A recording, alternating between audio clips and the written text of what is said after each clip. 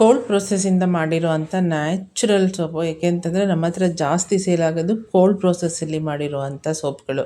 ಅಂದರೆ ಇಲ್ಲಿ ಯಾವುದೇ ಬೇಸ್ ಎಲ್ಲ ನಾವು ಯೂಸ್ ಮಾಡಿರಲ್ಲ, ಆಯಿಲ್ಗಳನ್ನು ಯೂಸ್ ಮಾಡಿರೋದ್ರಿಂದ ನಮಗೆ ತುಂಬ ಜನ ತಗೊಂಡವ್ರು ಹೇಳೋದು, ನಿಮ್ಮ ಈ ಸೋಪ್ನ ಬಳಸಿದರೆ ಮೇಡಮ್ ಮಾಯ್ಶ್ಚರೈಸರೇ ಬೇಡ, ಅಷ್ಟು ಚೆನ್ನಾಗಿದೆ ಸ್ಕಿನ್ಗೆ ಅಂತ.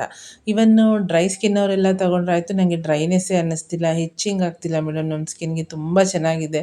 ಮತ್ತು ಮಂಜಿಷ್ಟ, ಮುಲೇತಿ, ಮಿಲ್ಕ್ ಎಲ್ಲ ಯೂಸ್ ಮಾಡಿರೋದ್ರಿಂದ ಸ್ಕಿನ್ ಕೂಡ ಗ್ಲೋ ಆಗ್ತಿದೆ ಮೇಡಮ್, ನಮಗೆ ತುಂಬ ಚೆನ್ನಾಗಿದೆ ಅಂತ ಲಾಸ್ಟ್ ಟೈಮ್ ಒಂದು ಬ್ಯಾಚ್ ಮಾಡಿದ್ದು. ಅದು ಕ್ಯೂರಿಂಗಿಗಿಂತ ಮೊದಲೇ ಸೇಲ್ ಆಯಿತು, ಫುಲ್ ಕಂಪ್ಲೀಟ್ ಆಯಿತು.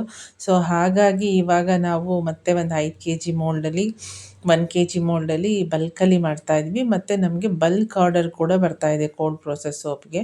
ಸೊ ಹಾಗಾಗಿ ಈ ಸತಿ ಒಂದು 6 kgಯಲ್ಲಿ ಮಾಡಿದ್ದೀವಿ, ಮತ್ತು ನಾಳೆ ಮಾಡಬೇಕು. ಬಿಕಾಸ್ ನಮ್ಮ ಹತ್ರ ಮೋಸ್ಟ್ ಡಿಮ್ಯಾಂಡಿಂಗು ಈ 3 ಕಲರ್ ಸೋಪ್ ತುಂಬ ಚೆನ್ನಾಗಿ ಹೋಗ್ತಿದೆ. ಬಿಕಾಸ್ ಇದರಲ್ಲಿ ಮಂಜಿಷ್ಟ ಇದೆ, ಮುಲೇತಿ ಇದೆ, ಮಿಲ್ಕ್ ವಿತ್ ಸೆಫ್ರಾನ್ ಇದೆ. ಸೊ ಹಾಗಾಗಿ ಯಾರಿಗೆಲ್ಲ ಬಂಗಿದೆ ಅವರಿಗೆ ಬಂಗ್ ಕ್ಲಿಯರ್ ಆಗ್ತಿದೆ, ಟ್ಯಾನ್ ಹೋಗ್ತಾ ಇದೆ, ಆಮೇಲೆ ಸ್ಕಿನ್ ಗ್ಲೋ ಆಗ್ತಿದೆ, ಪಿಂಪಲ್ ಕಲೆ ಹೋಗ್ತಾ ಇದೆ, ಏನೋ ಮಾರ್ಕ್ ಮಾಡ್ಕೊಂಡಿರ್ತಾರೆ ಅದು ಕೂಡ ಹೋಗ್ತಿದೆ. ಮತ್ತು ತುಂಬ ಜನ ಹೇಳ್ತಾರೆ ಫಾರೆಡ್ಡಲ್ಲಿ ಸಣ್ಣ ಸಣ್ಣ ಸಣ್ಣ ಸಣ್ಣ ಗುಳ್ಳೆ ಆಗಿದೆ ಮೇಡಮ್ ಅಂತ. ಈ ಸೋಪ್ ತೊಗೊಂಡು ನಂಗೆ ತುಂಬ ಚೆನ್ನಾಗಿ ರಿಸಲ್ಟ್ ಬಂತು ಮೇಡಮ್, ಮತ್ತೆ ಕಳಿಸ್ಕೊಡಿ ಅಂತ ಇದ್ದಾರೆ. ಸೊ ಹಾಗಾಗಿ ಇದನ್ನು ಮತ್ತೆ ಮಾಡ್ತಾಯಿದ್ವಿ. ಮತ್ತು ನಮ್ಮ ಸೋಪ್ದು ಏನು ವಿಶೇಷ ಅಂದರೆ ಇಲ್ಲಿ ನಾವು ಯಾವುದು ಬೇಯಿಸ್ತಾರಲ್ಲ, ಸೊ ಆಯಿಲ್ಗಳನ್ನು ಯೂಸ್ ಮಾಡೋದು, ಅದು ಒಂದು ಆಯಿಲ್ ಯೂಸ್ ಮಾಡಿರಲ್ಲ, ಮಲ್ಟಿಪಲ್ ಆಯಿಲ್ ಯೂಸ್ ಮಾಡಿರ್ತೀವಿ.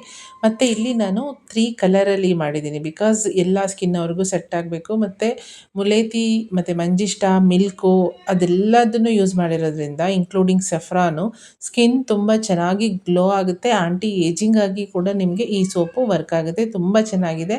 ರೆಗ್ಯುಲರಾಗಿ ಯೂಸ್ ಮಾಡಬೇಕು ಅಷ್ಟೇ. ಇವಾಗ ಇದನ್ನು ರೆಡಿ ಮಾಡಿ 45 ಡೇಸ್ ಆದಮೇಲೆ ಕ್ಯೂರಿಂಗಿಗಿಟ್ಟು ನಾವು 45 ಡೇಸ್ ಆದಮೇಲೆ ಈ ಸೋಪನ್ನು ಕೊಡೋದು. ಈ ಥರ ಪ್ರೊಸೆಸ್ ಇರುತ್ತೆ. ಇದು ಒಂದೇ ನ್ಯಾಚುರಲ್ ಸೋಪ್ ಅಂತ ಇರೋದು.